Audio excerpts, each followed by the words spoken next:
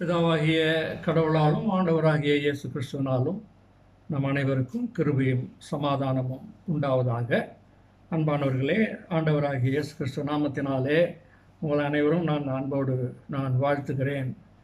கடந்த வாரத்திலே அருமையான பிரான்சிஸ் அட்வொகேட் அவர்கள் சொன்னது போல உலக சிறுவர் சண்டே ஸ்கூல் விழாவாக தினமாக கொண்டு அனுசரிக்கப்பட்டது. எல்லா சபைகளிலும், குறிப்பாக புரோட்டஸ்டன்ட் சபைகளில் அனுசரிக்கப்பட்டது என்ற தகவலோடு அவர்கள் இந்த அரங்கத்தை ஆரம்பித்தார்கள். அதன் நினைவாக கடந்த வாரமே அதை பேச வேண்டும் என்று அவர்களிடத்தில் கேட்டார்கள். அப்போது நான் முடியாத சூழ்நிலையில் இருந்தேன். ஆனால் இப்பொழுதும் முடியாத சூழ்நிலையில் தான் இருக்கிறேன். இருந்தாலும் என்னால் இயன்ற வரையிலே நான் தகவல்களை சேர்த்து உங்களோடு பகிர்ந்து கொள்ள இருக்கிறேன். உரைக்கு பின்னால் ரங்கநாதன் அவர்களுடைய ஐயா அவருடைய பின்னோட்டம் இருக்கிறது. அநேகர் இந்த சண்டே ஸ்கூலில் நான் அறிந்த வரையில் இந்த ஆர்டைன்டு பீப்புளை விட லே பீப்புள் நிறைய ஆர்வம் காட்டுகிறேன். நான் நிறைய சண்டே ஸ்கூல் டீச்சர்ஸ், பாஸ்டர்ஸ் மானிட்டரிங்கோடு சரி அதோட போயிடுவாங்க, அல்லது சண்டே ஸ்கூலில் டீச்சர்ஸ் இது பண்ணுவாங்க. எல்லா இடங்கள்லையும் நான் பார்த்துருக்கிறேன். அப்போ சிறு பிள்ளைகளை இந்த சண்டே ஸ்கூல் ஒழுக்கத்திலையும் வளர்ச்சியிலையும் கொண்டு வருபவர்கள் அநேகமாக லே பீப்புள் இருக்கிறாங்க. அநேக அமைப்புகள் இந்தியாவிலையும் வேலை நாடுகள் இருக்கிறது. ஆகையினாலே இதை குறித்து அநேகர் உங்களுக்கு தெரிந்திருக்கும், நிறைய தெரிந்திருக்கும். என்னால் நான் திரட்டிய சில தகவல்களை இப்போது உங்களோடு கூட பகிர்ந்து கொள்ள ஆசைப்படுகிறேன். இந்த வாய்ப்புக்காக நான் ஆண்டவருக்கு நன்றி செலுத்துகிறேன். இந்த வாய்ப்பை கொடுத்த அருமையான சகோதரர் ஜான் பிரான்சிஸ் அவர்களுக்கு மீண்டும் ஒரு முறை என்னுடைய நன்றியை நான் தெரிவித்துக் கொள்கிறேன். இந்த உரையை துவங்குவதற்கு முன்பதாக ராபர்ட் ரைட்ஸ் அவர்களுடைய ஒரு கொட்டேஷனை நான் சொல்லி ஆரம்பிக்க விரும்புகிறேன். நிறைய கொட்டேஷன்ஸ் இருக்குது, ஆனால் இந்த கொட்டேஷன் எனக்கு ரொம்ப பிடிச்சது. அவர் என்ன சொல்லார்? The world marches on the feet of little children. To change the world, reach its children. குழந்தைகளின் அந்த அடிப்படை தளத்திலே தான் உலகம் இயங்கிக் கொண்டிருக்கிறது. உலகத்தை மாற்ற வேண்டுமானால் குழந்தைகளை நீங்கள் சென்றடையுங்கள், சிறுவர்களை சென்றடையுங்கள் என்று அவர் சொன்னார். அதனால் அவருடைய அந்த தலைப்பு வாழ்வும் பணியும் என்று போடப்பட்டிருக்கிறது. மிக அருமையாக இவர் ஒரு சோஷியல் ஆக்டிவிஸ்ட் என்று சொன்னார்கள். அந்த பகுதியை படித்தால் புல்லரித்து போகிறது. அதை பற்றி தகவல் சேகரிக்கும் போது, ஏன்னா அவருடைய சண்டே ஸ்கூலுக்கு முன்னால் அவருடைய ஆர்வம் ராபர்ட் ரைட்ஸுடைய ஆர்வம் அவருக்கு பிரிசன் ரிஃபார்மேஷன், 18ஆம் நூற்றாண்டிலே சிறைச்சாலைகள், குறிப்பாக இங்கிலாந்து தேசத்திலே குளோஸ்டர் அவர் பிறந்த அந்த இடத்திலே சிறைச்சாலைகளுடைய நிலைமை மிக மோசமாக இருந்தது. அதை குறித்து தான் அவர்கள் அந்த நிறைய சேஞ்சஸ் கொண்டு வரார். அதில் ஒரு சில குறிப்புகள் மட்டும் அதிலிருந்து நான் சொல்ல ஆசைப்படுகிறேன். அந்த குழந்தைகளுடைய நிலைமை எவ்வளவா இருந்தது தெருக்களில் அவர் பார்த்த பிறகுதான் இந்த எண்ணத்திலே அவர்கள் ஆரம்பிக்கிறார்கள். ஆக அவர் ஒரு சோஷியல் ஆக்டிவிஸ்ட் மட்டுமல்ல, அவர் ஒரு Anglican layman and also he was a philanthropist என்று சொல்லுகிறார்கள்.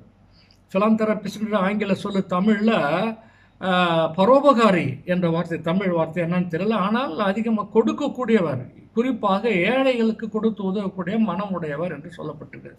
ஸோ அவர் layman, Anglican layman, philanthropist and publisher and printer. அவருடைய தகப்பனாருடைய தொழில் பிரிண்டிங் தொழில் இருந்தது. பப்ளிஷ் பண்ணாங்க, ஒரு மேகசின் வெளியிட்டிருந்தாங்க. தி குளோஸ்டர் ஜேர்னல் என்ற மேகசின் அவர் வெளியிட்டிருந்தார்கள். ஆகவே அவருடைய பணிகளை குறித்து அப்போ அந்த லைஃப் அண்ட் ஒர்க் பண்ணும்போது அதுதான் அவருடைய பணி. அதில் ஒரு சிறு பணியாகத்தான் இந்த சண்டே ஸ்கூலை அவர்கள் ஆரம்பித்து உலகம் முழுவதும் விளம்பிருக்கிறத நம்ம பார்க்க முடியும். அதே போல் இந்த அவருடைய வாழ்வும் பணியும் நாம் பார்க்கும்போது இந்த சண்டே ஸ்கூலுடைய துவக்கம், அது எப்படி இந்த ஞாயிறு பள்ளிகள் எப்படி வந்தது என்பது அந்த வரலாற்றையும் இதோடு கூட சேர்த்து பேச வேண்டிய அவசியமாக இருக்கிறது.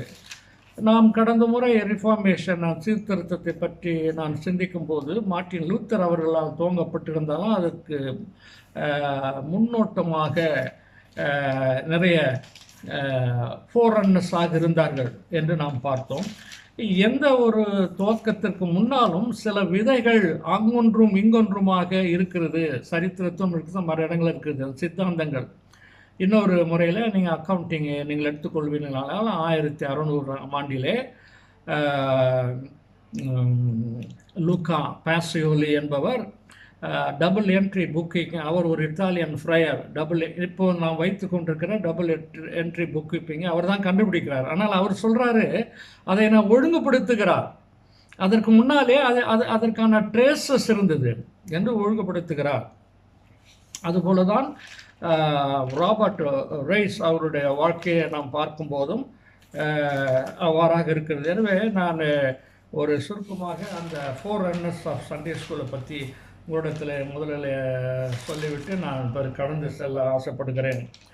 இந்த 4 ரன்னர்ஸ் ஆஃப் சண்டே ஸ்கூல்ன்றது வந்து 5 நபர்களை குறிப்பிட்டிருக்கிறார்கள். இது எப்பொழுது குறிப்பிட்டார்கள் என்றால் 1980 200வது ஆண்டு சண்டே ஸ்கூல் தொடங்கி பைசென்டனரி 200வது ஆண்டு துவக்கத்திலே அது வந்து இது வெளியிடப்படுகிறது. இது இவர்களை பற்றி சொல்லப்படுகிறது.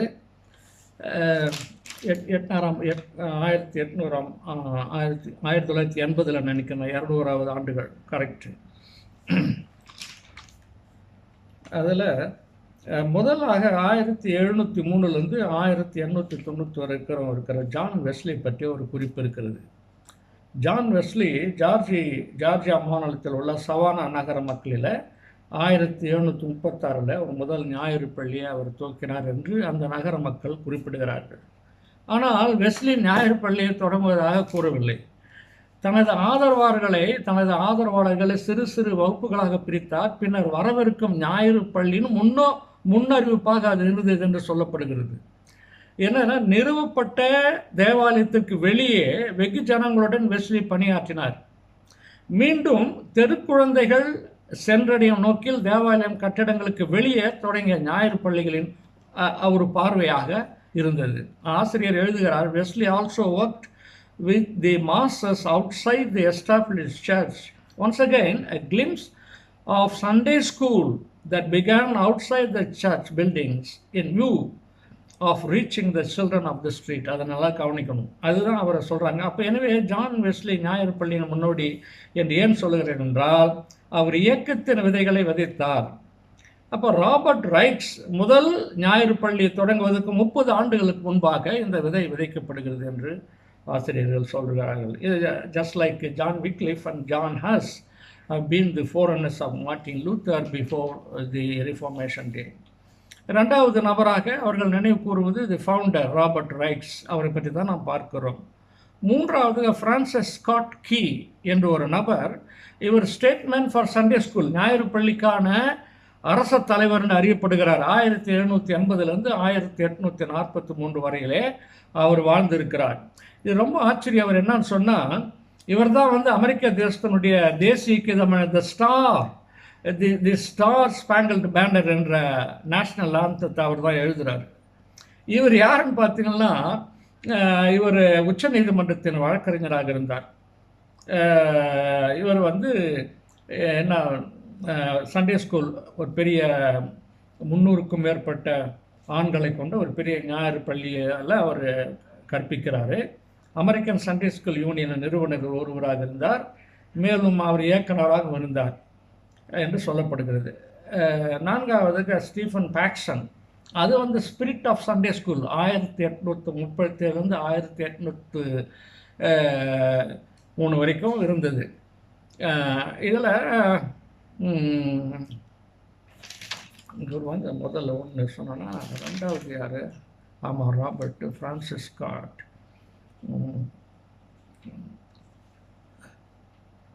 இவர் தான் வந்து பார்த்திங்கன்னா, இவர் வந்து தொலைந்து போன ஆத்துமாக்களை தேடுவதில் முன்னோடி என்று இவரை பற்றி குறிப்பு சொல்லப்பட்டிருக்கிறது. வாழ்நாளில் 83,000 மாணவர்களுடன் 1314 ஞாயிறு பள்ளிகளை அவர் நிறுவியிருக்கிறார். இவர்கிட்ட என்னென்னா, இவர் பேச்சு குறைபாடு, திக்குவாய் உள்ளவராக இருந்தார் மற்றும் கால் ஊனமுற்றவாக இருந்தார். ஆனால் இந்த சிரமங்கள் கடவுளின் வேலையை செய்வதிலிருந்து அவரை தடுக்கவில்லை. ஐந்தாவது வந்து டிஎல் மூடி, இவரை பற்றி எழுதும்போது சப்போர்ட்டர் ஆஃப் சண்டே ஸ்கூல் என்று தான் சொல்லப்பட்டிருக்கிறது. ஸோ இவர்கள் வந்து தான் வந்து 4 ரன்னர்ஸ் ஆஃப் சண்டே ஸ்கூல் என்று ஒரு சிறு குறிப்பாக இது டீட்டெயிலாக நான் இதில் நம்ம அதனுடைய டாபிக் இல்லை, அதனால் டீட்டெயிலாக போக அது இப்போது நமக்கு நேரம் இல்லை. அப்போது ராபர்ட் ரைட்ஸ் வந்து செப்டம்பர் 14, 1736 க்ளோஸ்டர், யூகேவில் உள்ள க்ளோஸ்டர் அந்த இடத்துல பிறக்கிறார். அதே ஊரில் ஏப்ரல் 5, 1811 அவர் மரித்து போகிறார். அவருடைய தாயார் பேர் மேரி ட்ரூ. அவங்க தகப்பனார் வந்து ராபர்ட், அவர் சீனியர், ராபர்ட் ரைட்ஸ் அவர் சீனியராக இருக்கிறாரு. அதான் அவர் நம்ம ஏற்கனவே சொன்னேன், ஒரு தந்தையாருடைய பிரிண்டிங் ஹவுஸ் அவர் இறந்ததற்கு பிறகு அவர் பெற்றுக்கொள்கிறார். அந்த க்ளோஸ்டர் ஜேர்னல் என்ற பத்திரிகையின் அதிபராக அவர் எழுதுகிறார். அவர் மாறிவிடுகிறார். தந்தையாருடைய இறப்புக்கு பிறகு அதை சுவீகரித்துக் கொள்கிறார். ஏன்னா அவர் தான் முதல் பையனாக இருக்கிறாரு. Christianity.comல இவர் இந்த வரலாறு பற்றி எழுதும்போது ஒரு குறிப்பு சொல்லியிருக்குது. Robert knelt beside his father's grave after funeral. எல்லாரும் போன பிறகு அங்கே தகப்பனாருடைய இந்த கல்லறையிலே அவர் அங்கே முட்டிட்டு சொல்கிறாரு, இவருக்கு எங்கே போக முடியும், இப்பொழுது அப்புறம் என்ன செய்ய முடியும், அவர் தகப்பனாரோடு தான் இத்தனை ஆண்டுகள் அவர் பணியாற்றி வந்தார், என்ன செய்வது. ஆனால் அந்த நாட்கள் இப்பொழுது கடந்து சென்று விடுகின்றன. அந்த நாட்கள் இப்பொழுது சென்று விட்டபடியால் அது திரும்ப வராது. ஆனால் அவரும் அவர் தந்தையாரும் கடந்த பல ஆண்டுகளாக இங்கிலாந்தின் செய்தித்தாளான க்ளோஸ்டர் ஜேர்னல் என்ற பத்திரிகையை நடத்தி வந்ததை அவர் நினைவு கூறுகிறார். அங்கே வந்து அச்சுக்கூடத்தில் அவர் வந்து அதில் நல்லா குறிப்பிட்டிருக்கு. திறந்து அந்த உள்ளே சென்றபோது அந்த எச்சு எந்திரங்களின் வாசனையும் அந்த அச்சு மையனுடைய வாசனையும் அவரை வரவேற்றது என்று அந்த ஒரு குறிப்பை எழுதுகிறார் ஒரு ஆசிரியர். அப்போ அவர் 1757 அவருடைய தகப்பனார் வெளியிட்ட கடைசி க்ளோஸ்டர் ஜேர்னல் என்ற அந்த ஒரு பத்திரிகையை கையில் எடுத்து அதை பார்த்துட்டு அவர் சத்தமாக சொல்கிறாரு, கடவுளின் துணையுடன் தந்தையே உங்களுக்கு பெருமைப்படுத்துவேன், உங்களின் க்ளோஸ்டர் ஜேர்னல் பத்திரிகையை உயிர்ப்பிடின் வைப்பேன் என்று அவர் அங்கே சொல்லுகிறதை நாம் பார்க்கிறோம். பிறகு அவர் என்ன செய்கிறாரு,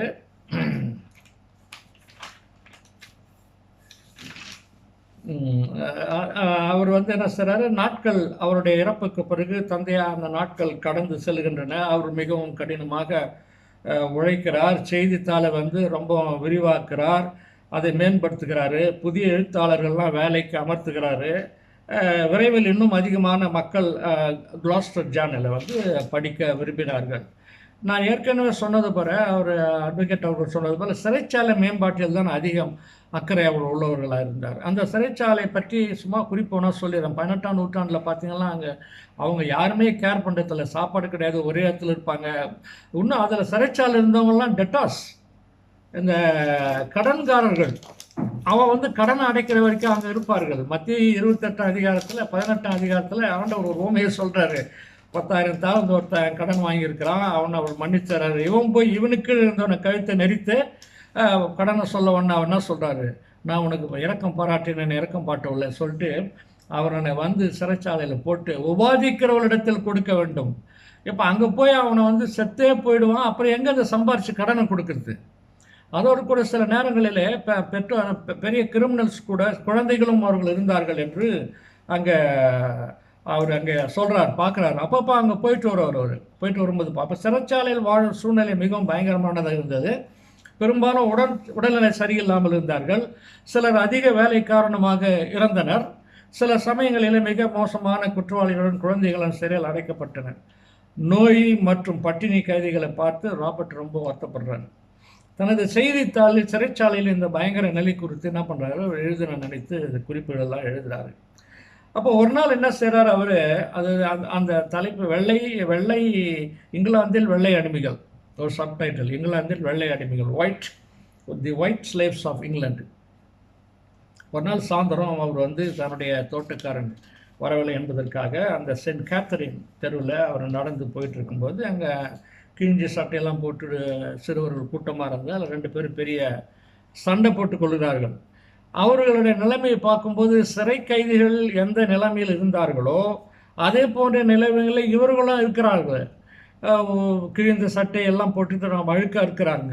இவங்க ஒருத்தரை பார்த்து சண்டை போட்ட உடனே மற்ற பையன்கள்லாம் கூட சேர்ந்துக்கிட்டு கை தட்டிட்டு ஒரே ஆரவாரம் பண்ணி அதை என்கரேஜ் பண்ணி இருக்கிறாங்க.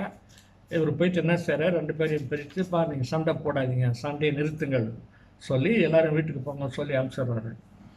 சொல்லி அனுப்பித்த பிறகு அந்த ராபர்ட் அந்த தோட்டக்காரன் மனைவியிடம் கேட்குறாரு, இவங்கெல்லாம் யாருமான்னு கேட்டோன்னு அவங்க ஓ, அவர்களை பற்றி கவலைப்படாதீர்கள், எல்லோரும் அவர்களை இங்கிலாந்தின் வெள்ளை அடிமைகள் என்று அழைக்கிறார்கள் என்று சொல்கிறாங்க.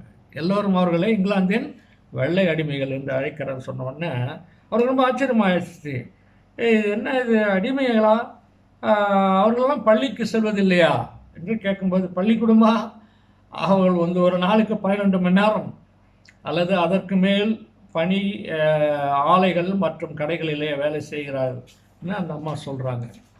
அப்போ பெரும்பாலான பெற்றோர்கள் சிறையில் உள்ளனர், இந்த பிள்ளைகளுடைய பெரும்பாலான பெற்றோர்கள் சிறையில் உள்ளனர் அல்லது இறந்து விட்டனர் என்று அவர்கள் சொல்லுகிறார்கள். இது வந்து ராபர்ட்டுடைய அந்த மனம் மிகவும் அது உடைந்ததாக காணப்படுகிறார். அவர் யோசிக்கிறார், ஒருவேளை நான் சிறுவனாக இருந்தபோது என் தகப்பனார் இறந்திருந்த பாரானால் நானும் இதே நிலையில் தான் இருந்திருக்குமோ என்று அவர் அங்கே நினைக்கிறார். இது ஞாயிற்றுக்கிழமை இன்னும் இவர்களுக்கு மோசமான நாள். ஏன்னா அந்த ஒரு நாள் தான் அவர்களுக்கு விடுவதில்லை. அப்போ வந்து அந்த அம்மா சொல்கிறாங்க, அவர்கள் விலங்குகள் போல ஓடுவார்கள், எல்லா விதமான பெட்டி கிரைம்ஸ் அதெல்லாம் செய்கிறாங்க என்று அவர் சொல்கிறார், அந்த அம்மா சொல்கிறாங்க.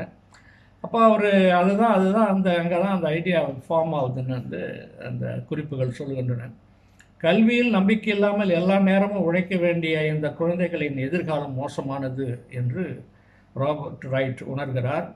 இன்னும் மோசமான விஷயம் என்னவென்றால், நற்செய்தியை பற்றியோ அல்லது கடவுளின் வழியில் வாழ்வது எப்படி என்பதை பற்றி அவர்கள் கற்பிக்க யாரும் இல்லாததால் அவர்கள் பயங்கரமான சிறைச்சாலைகளில் குளிர் மற்றும் பட்டினிக்கு ஆளாக நேரிடும் என்று அவர் உணர்கிறார். அவர் மனதில் ஒரு யோசனை உருவாக தொடங்கியது. இந்த யோசனையை தமது நண்பர் ஒருத்தருக்கார், ரெவரண்ட் தாமஸ் ஸ்டாக்டன் பேர் அவருக்கு. அவரோட சொல்கிறாரு, let us start a Sunday school. அவர் சொல்கிறார் ராபர்ட். அவர் கேட்டான், ஞாயிற்றுக்கிழமை பள்ளியா? தாமஸ் கேட்குறார், ஞாயிற்றுக்கிழமை பள்ளியான்னு. ஆம், ஞாயிறு பள்ளி.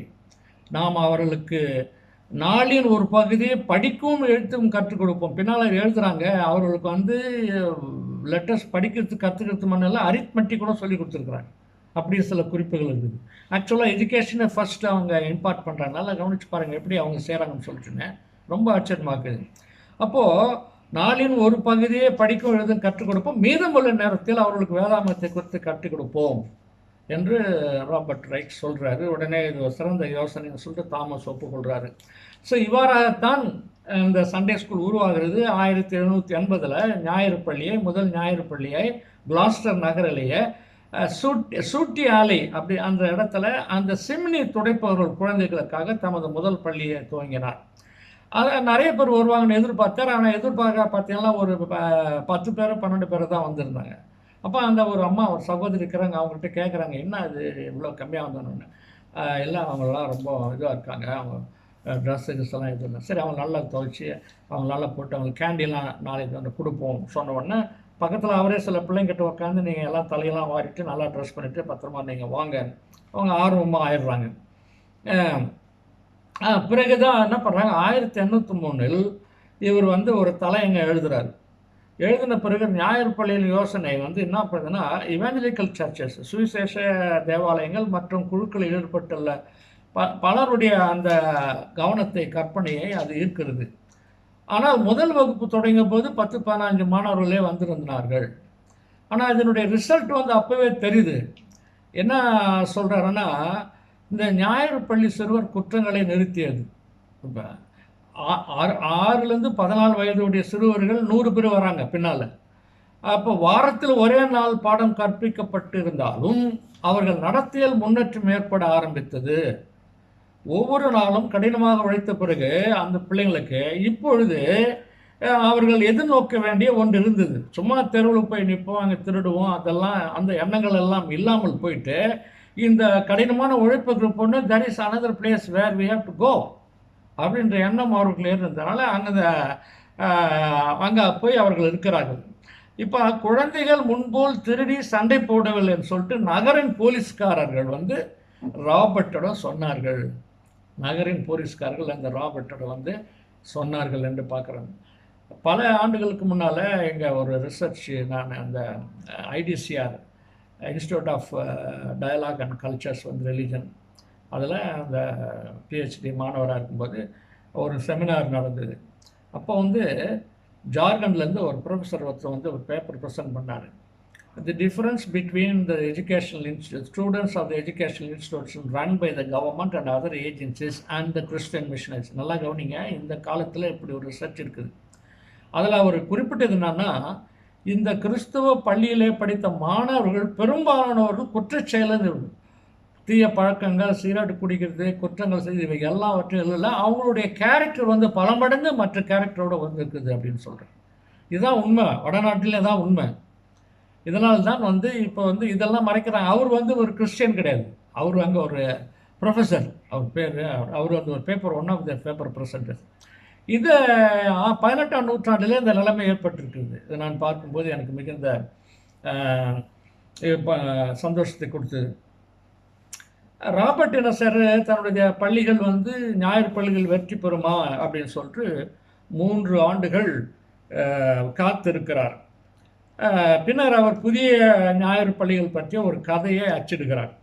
விரைவில் இங்கிலாந்து முழுவதும் உள்ள நகரங்களில் சுமார் 4000 புதிய ஞாயிறு பள்ளிகள் தொடங்கப்பட்டன. ஞாயிறு பள்ளிகளுக்கு வாசிப்பு புத்தகங்கள், எழுத்து புத்தகங்கள், பைபிள் படிப்பு புத்தகங்கள் மற்றும் வேத பிரதிகள் வெளியிட ராபர்ட் தனது அச்சகத்தை பயன்படுத்துகிறார். இந்த எல்லா சண்டே ஸ்கூல் மெட்டீரியல் பூரா தன்னுடைய ப்ரெஸ்ஸிலே அவர் மெயின்டைன் பண்ணி அவர் அதை செய்கிறாரு.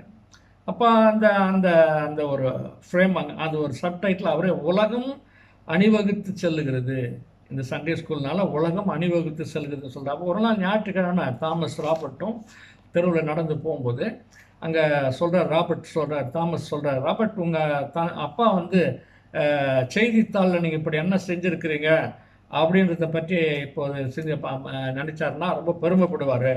ஆனால் எல்லாரும் உங்களை வந்து பாபி வைல்டு கூஸ் மற்றும் கிழிந்த சட்டை படை, இந்த பாபி வைல்டு கூஸ் சேஸ்ன்றது நோ ரிசல்ட்ஸு, சும்மா இந்த வேலை செஞ்சு பிரயோஜனம் இல்லை, ஆங்கிலத்தில் அந்த இது இருக்குது அப்படின்னு சொல்கிறாங்க. அதோடு உங்களை வந்து கிழிந்த சட்டை படையில் இருக்கிறீங்க, நீங்கள் அந்த பிள்ளைங்களை பற்றி கேவலமாக சொல்கிறாங்களே அப்படின்னு சொன்னோன்னே அவர் சொன்னார், இதை விட மோசமான பேர்லாம் என்ன சொல்கிறாங்க அப்படின்னு சொல்லிட்டு அவர் சொல்கிறாரு.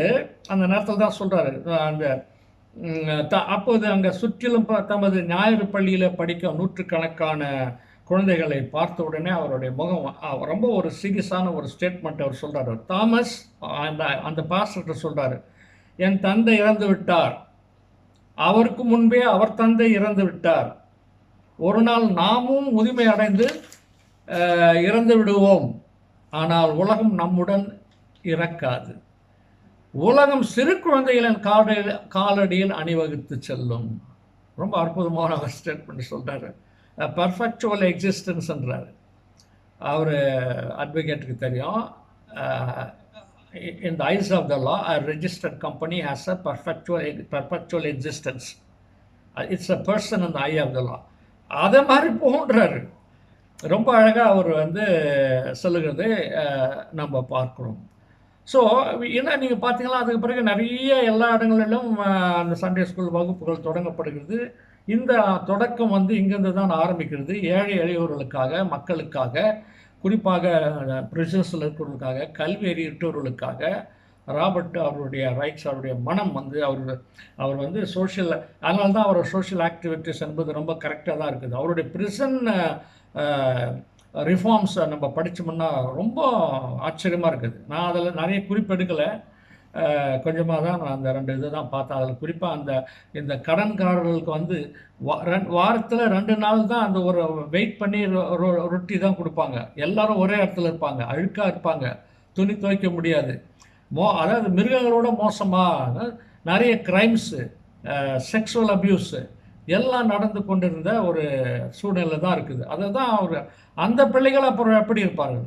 அப்போது இந்த உலகத்தில் அந்த அவரோடு கூட எத்தனைக்கும் ஒரு பெரிய பிஸ்னஸ் மேனாக இருந்தால் கூட நீங்கள் சொன்னது போல் ஒரு சாதாரண ஒரு போதகரோ எதுவுமே இல்லை இருந்திருந்தால் கூட அவர்கள் என்ன செய்கிறார், அவர்கள் இவ்வாறு இருக்கிறார்கள் என்பது அதற்காக அவர் செய்கிறத நம்ம பார்க்குறோம். ஆனால் வந்து சரி, இப்போ இதுக்கு முன்னால் ஒரு சின்ன குறிப்பு, நான் கடந்து செல்வதற்கு முன்னால் ஒரு குறிப்பு நான் சொல்ல விரும்புகிறேன். ஏனென்றால் இந்த ஏழை ஹிஸ்ட்ரியில் வந்து எப்படி இந்த ஹிஸ்ட்ரி எப்படி இருந்ததுன்னு ஒரு குறிப்பை நான் சொல்லுகிறது தான் முதல்ல சொல்லியிருக்கணும், அதை நான் எப்படியோ விட்டுட்டேன். அதில் வந்து சண்டே ஸ்கூல் அப்படின்ன உடனே அந்த சண்டே ஸ்கூல் என்றால் என்ன, வாட் இஸ் அ சண்டே ஸ்கூல்னு சொன்னால், Sunday school sometimes known as Sabbath school இல்லையா, ஓய்வு நாள் பள்ளி. அப்புறம் அப்படி இல்லைன்னா என்ன சொல்கிறோம், ஞாயிறு பள்ளி. ஞாயிறு பள்ளி, அந்த ஓய்வு நாள் பள்ளி தான், சாபத் டே தான் ஓய்வு நாள் பள்ளின்றது. Is an educational institution usually Christian in nature and intended for children or neophytes. ஏன்னா ஆரம்பத்தில் சில சமயங்களில் கல்வி நிறுவனமாகும், இது பொதுவாக கிறிஸ்துவ குணாதிசயங்கள் கொண்டது, சிறுவர்களுக்காகவும் புதிதாக நியோஃபைட்ஸ்னா புதிதாக கிறிஸ்துவத்தை சேர்ந்தவர்களுக்காகவும் கிறிஸ்துவ போதனைகளுக்காக ஏற்படுத்தப்பட்டது. இங்கே வந்து ரோமன் கத்தோலிக்கருடைய சில பங்களிப்பு வருது பார்க்கலாம். ஏர்லி ஹிஸ்ட்ரி நம்ம படித்தோம்னா ஐரோப்பாவில் இதன் தொடக்கம் 16ஆம் நூற்றாண்டில் இத்தாலிய சிறுவர்களுக்கு பக்தியை போதிப்பதற்காக ஆர்ச் பிஷப் சார்ல்ஸ் போரோமியோ என்பவர் ஒரு அமைப்பு ஏற்படுத்துகிறார். இந்த அமைப்பு வந்து கான்ஃப்ரட்டர்னிட்டி ஆஃப் கிறிஸ்டியன் டாக்ட்ரின் என்ற அமைப்பை ஏற்படுத்துகிறார். கிறிஸ்துவ கோட்பாட்டின் ஒற்றுமைன்னு பேர். இதனுடைய மொழிபெயர்ப்பு சரியாக தெரியல, கிறிஸ்துவ கோட்பாட்டின் மொழிபெயர்ப்பு என்று மொழிபெயர்த்திருக்கிறேன்.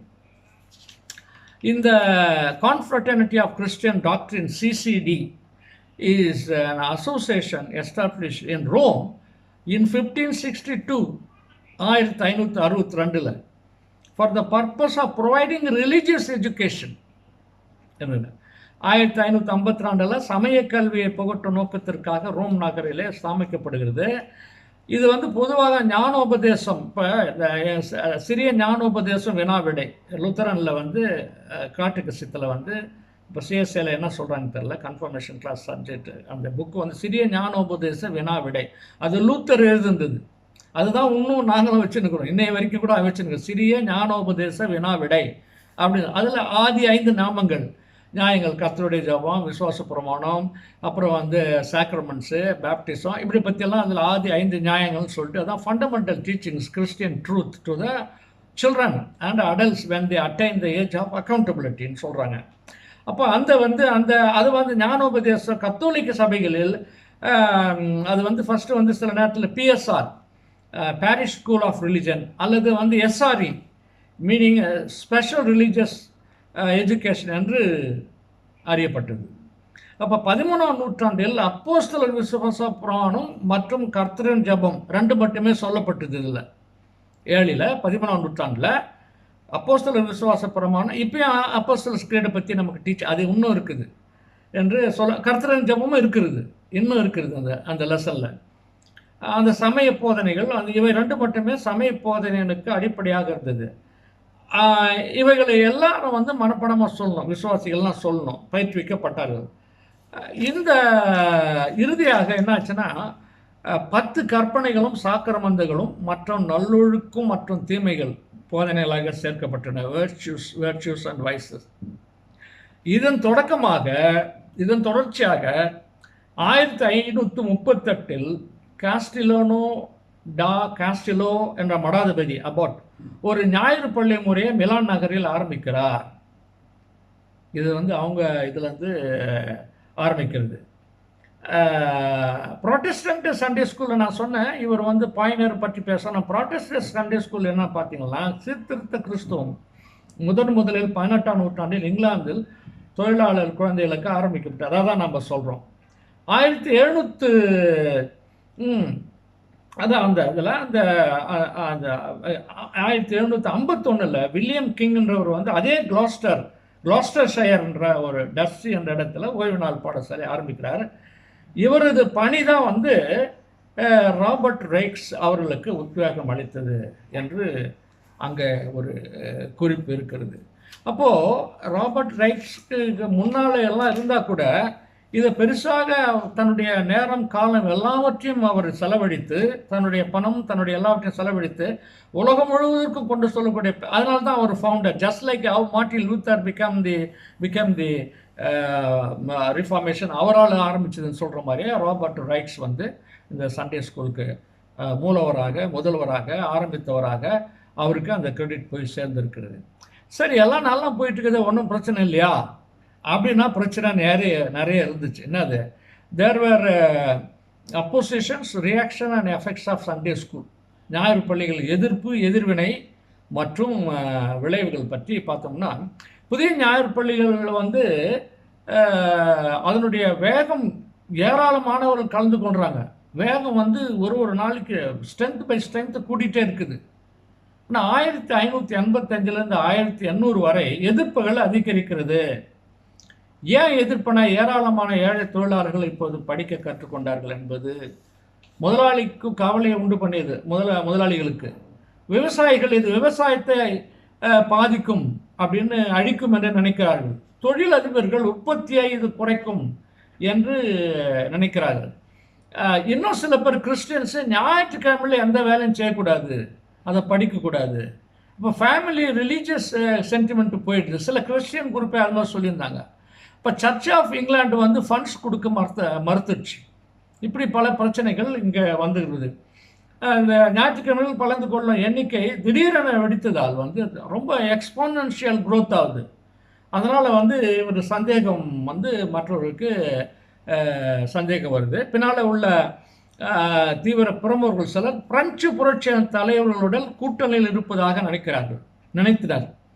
மிகவும் ஏழையான ஆயிரக்கணக்கான குழந்தைகளும் அவர்களின் பெற்றோர்களும் கற்றுக்கொண்டிருப்பது சமூகத்தின் மேல்மட்டத்தில் பெரும் அச்சத்தை ஏற்படுத்தியது. தீவிர சிந்தனைகள் மற்றும் கருத்துக்கள் பெரும்பாலும் தேசபக்தியற்றவை என்று கருதப்பட்டது. இப்போ இந்த சேம் சிச்சுவேஷன் இந்தியாவில் இதெல்லாம் கவனிச்சிங்களா? நம்ம வந்து சுயமரியாதை, சுய இயக்கங்கள், நமக்கு வந்து சுயாட்சி வேண்டும் என்று சொல்லும்போது நீங்களாம் தேசபக்தி இல்லைன்னு சொல்கிறாங்க. இது 18ஆம் நூற்றாண்டில் இங்கிலாந்து தேசத்துலேயும் பிரான்ஸ்லாம் இருந்திருக்குது, ஐரோப்பாவில் இருந்திருக்குது என்பதை பார்க்கும்போது, இன்னும் 1790 பாராளுமன்றத்தில் பல்வேறு நடவடிக்கைகள் அவசரப்பட்டுக்கிறது. இது குறித்தாக தான் சட்டங்கள் கொண்டு வரணும்னு சொல்லிட்டு வில்லியம் பிட் என்றவர் என்ன பண்ணுறாரு, ஞாயிறு பள்ளிகளை தடை செய்ய வேண்டும் என்ற மசோதாவை அறிமுகப்படுத்துகிறாரு. ஆனால் நல்ல வேலை, மகிழ்ச்சியாக சொல்ல வேண்டிய ஒரு செய்தி என்னன்னா, அந்த எந்த விதமான காரியமும் அவரால் அந்த மசோதாவை நிறைவேற்ற முடியவில்லை. ஆனால் சந்தேகத்திற்கு உணர்வு தொடர்ந்து வந்தது என்று குறிப்புகள் சொல்கிறது. ராபர்ட் ரைட்ஸ் அவர்கள் குளோஸ்டர் என்ற இடத்திலே தோன்றி, குளோஸ்டர் என்ற இடத்திலேயே அவர்கள் மரித்தார்கள். கடல் கடந்து ஊழியம் செய்யவில்லை மற்ற மிஷினரிகளைப் போல. ஆனால் அவர் உருவாக்கிய மாபெரும் இயக்கமான ஞாயிறு பள்ளிகள் உலகம் தழுவதாக இருக்கிறது. யூரோப், அமெரிக்கா, சாந்த அமெரிக்கா, உலகில் எந்த மூலையில் நீல வானம் எப்படி பரவி இருக்கிறதோ, ஆடை போல் பரவி இருக்கிறதோ, மணித்துளிகளில் மாற்றம் இருந்தாலும் சூரியனின் ஒளி எங்கெல்லாம் படர்ந்து இருக்கிறதோ, இரவிலே வெண்மதி குளிர் ஒளியை எவ்வாறு வீசுகிறதோ, எவ்விடத்தும் பிரிவு அரண் என்று இயக்கம் செய்யும் சோதியாக இறைவன் எவ்வாறு இருக்கின்றாரோ அவ்வாறு ராபர்ட் ரைஸ் அவர்களின் உயரிய பணி காணப்படுகிறது. அது கிறிஸ்துவின் ஆட்சிக்கு அது அச்சாரமாக இருக்கிறது. அப்படிப்பட்ட சிறந்த பணியை செய்த ராபர்ட் ரைட்ஸ் அவர்களுடைய புகழ் என்றும் ஓங்க வேண்டும். ஆண்டவராகிய இயேசு கிறிஸ்துவினுடைய அருள் எங்கும் பரவ வேண்டும் இதன் மூலமாக. அதுதான் அது அவரை பற்றிய குறிப்புகள். நான் இது பிறகு அதிகமாக இல்லை, ஒருவேளை உங்களில் நிறைய பேர் இருந்ததுன்னா நீங்கள் சொல்லலாம், நான் கேட்டுக்கொள்வேன். அப்போ இந்தியாவில் வந்து சண்டே ஸ்கூலை பற்றி ஒரு சிறப்பு சொல்லி முடிச்சாரா, நிறைய பேருக்கு தெரியும். ஆர்ச் டீக்கன் ஓமன் வந்து மேம்ன்றவர் தான் சிஸ்டமேட்டிக்காக சண்டே ஸ்கூல் வந்து 1880 நான் நினைக்கிறேன் குன்னூரில் ஆரம்பிக்கிறார் பொழுது. தவறாக தான் நீங்கள் சொல்லலாம். அது எனக்கு சண்டே ஸ்கூல் யூனியன் வந்து 1876 ஆரம்பிக்குது. மார்த்தாமா சண்டே ஸ்கூல் சமாஜம் வந்து 1905 எஸ்டாப்ளிஷ் பண்ணுறாங்க. மாரமான் கன்வென்ஷனில். இப்போ கேசி ஆபரகாம் பாஸ்டர் அவர் தான் அந்த பெண்டகாஸ்டல் சர்ச் எஸ்டாப்ளிஷ் பண்ணுறாரு. அவர் ஒரு சண்டே ஸ்கூல் ஸ்டார்ட் பண்ணுறாரு, அது இருக்குது. NCCIயில் வந்து ஒரு அங்கமாக இருக்கிறது. அது வந்து all India Sunday school association இருக்குது. இப்போ William Carey, Joshua Marshman and William trio of Serampore அவர்கள் வந்து 1800 கல்கட்டாவில் சண்டே ஸ்கூல் எஸ்டாப்ளிஷ் பண்ணுறாங்க. இப்படி இன்னும் அநேக சிசிஏ இப்போ நிறைய அமைப்புகள் இருக்குது, நிறைய சிலபஸ் இருக்குது, அந்தந்த சர்ச்சுகளுக்கு இருக்கிறது, சிஎஸ்சியில் இருக்குது. அப்போ இது எல்லா இடங்களிலும் பரவி, எல்லா இடங்களிலும் அது இன்று வரையிலே அது வந்து தடை என்று சென்று கொண்டிருக்குது. அதில் இருக்கிற சில குறைபாடுகள் இருந்தால் கூட கர்த்தருடைய நாமத்தின் மகிமையோட கர்த்தருடைய ராஜ்யத்தை நிறைவேறுங்க. நீ உலகமெங்கும் போய் சகல ஜாதிகளும் போதியுங்கள் என்று ஆண்டவர் சொன்ன செய்திக்கேற்ப பூமியும் அதன் குடிகளும் கர்த்தருடையது என்று சொன்னது போல, பூமி எங்கெல்லாம் இருக்கிறதோ, குடிகள் எங்கெல்லாம் இருக்கிறார்களோ அங்கெல்லாம் இந்த சண்டே ஸ்கூலானது, ஞாயிறு பள்ளியானது பரவி இருக்கிறது என்பதை நாம் அனைவரும் அறிந்திருக்கிறோம். இத்துடன் என்னுடைய இந்த சிறிய உரையை நான் முடித்துக் கொள்கிறேன். வாய்ப்புக்கு நன்றி. நான் சில ரெஃபரன்சஸ்க்கு இதில் என்ன எடுத்தேன்னா, இதில் நிறைய எடுத்தேன், ஆனால் நேரம் இல்லை. ஏன்னா ஒரு Robert Raikes his Sunday school and his friends including historical sketches of the Sunday school cause in Europe and America, 336 பக்கம், published by American Baptist publication society, Philadelphia. அதில் தகவல் எடுக்கலான்னு பார்த்தா பயங்கரமாக உள்ளே போயிட்டு இருக்கும்போது அதில் போகல. நான் எடுத்த ரெஃபரன்ஸ் மட்டும் சொல்கிறேன். The founders of Sunday school 200 years 1780 to 1980 by Elmer L. Towns, Liberty University, Christianity.com, Robert Raikes and How We Got Sunday School, Robert Raikes and Social Reform, 18th Century Present Conditions, Wikipedia, Robert Raikes and the Sunday School Movement, Cringe Baptist Church, UK உள்ள இந்த தளங்களிலிருந்து தகவல்களை நான் சேகரித்தேன். இத்துடன் என்னுடைய உரையை முடித்துக் கொள்கிறேன். ஆண்டவருக்கு நன்றி செலுத்துகிறேன், உங்களுக்கும் நன்றி செலுத்துகிறேன். உரை மேலான பின்னோட்டங்கள் இன்னும் நீங்கள் அடிஷனலாக சொல்ல வேண்டுமென்றால் நானும் அதை தெரிந்து கொள்வேன். அனைவருக்கும் நன்றியை தெரிவித்துக் கொள்கிறேன். நன்றி, வணக்கம்.